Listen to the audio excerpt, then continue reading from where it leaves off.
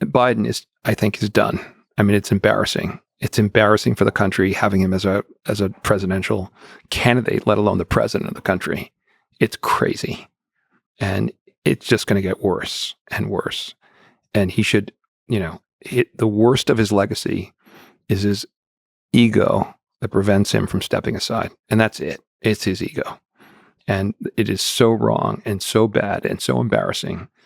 You talk to people. I was in Europe. I was in London a few days ago, and people are like, Bill, how can this guy be a president? And it's a bit like, again, I go back to my business analogy. Being a CEO is like a full contact sport. Being president of the United States is like some combination of wrestling, marathon running, being a triathlete. I mean, you got to be a serious physical shape and at the top of your game to represent this country. And he is a far cry from that, and it's just getting worse, and it's embarrassing. And he cannot be. And by the way, every day he waits, he's handing the election to Trump because it's harder and harder for an alternative candidate to surface. Now, Dean is the only candidate left on the Democratic side that can still win delegates. He's on the ballot in 42 states. And the best way for Biden to step aside is for Dean to show well in Michigan. And so you think there is a path with the delegates and all that kind of stuff? 100%. So if what has to happen is, New Hampshire, he went from 0 to 20% of the vote and 10 weeks with no name recognition. Mm-hmm. I helped a little bit. Elon helped. We did a spaces for him. We had 350,000 people on the spaces. Some originally 40,000 live or something, and then the rest after. And then he was on the ground in New Hampshire. And New Hampshire is one of the states where you don't need to be registered to a party to vote for that candidate. So it's like jump ball.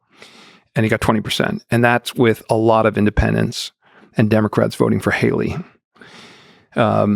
Haley, who I like and who I've supported, does not look like she's going to make it.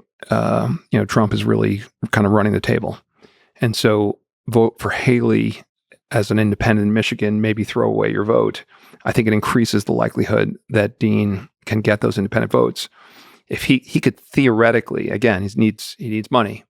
He could beat Biden in Michigan. Biden's doing very poorly in Michigan. His polls are terrible. The Muslim community is not happy with him. And he really has spent no time there. And so if he's embarrassed in Michigan, it could be a catalyst for him withdrawing. Then Dean will get funding. If he wins Michigan or shows well in Michigan and people say he's viable, he's the only choice we have, he'll attract from the center, he'll attract from people, Republicans who won't vote for Trump, in which they're a big percentage, could be 60% or more, it could be 70% won't vote for Trump, and also from the Democrats. So I think he's a really interesting candidate, but we got to get the word out. Yeah, I got a chance to chat with Dean. I really like him. And I think the next president of the United States is going to have to meet and speak regularly with Zelensky, Putin, Netanyahu, with world leaders, and have some of the most historic conversations, agreements, negotiations. And I just don't see Biden doing that. No. And not for any reason, but sadly, age. Yeah, I mean, think about it this way. When Biden's present now, you saw his recent impromptu press conference, which he did after the special prosecutor, report, basically saying the guy was way past his prime. And then he confused the president of Mexico and the president of Egypt. So they're very careful when they roll him out. And he's scripted, and he's always reading from a lectern. Imagine the care they have in exposing him. And when they expose him, it's terrible. Okay, imagine how bad it is for real.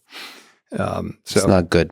No, bad, really bad for America. And I'm upset with him, and upset with his family. I'm upset with his wife. This is the time where the people closest to you have to put their arms around you and say, Dad, honey, you've done your thing. This is going to be your legacy, and it's not going to be a good one. Great leaders should also know when to step down. Yeah. One of the best tests of a leader is succession planning. This is a massive failure of succession planning.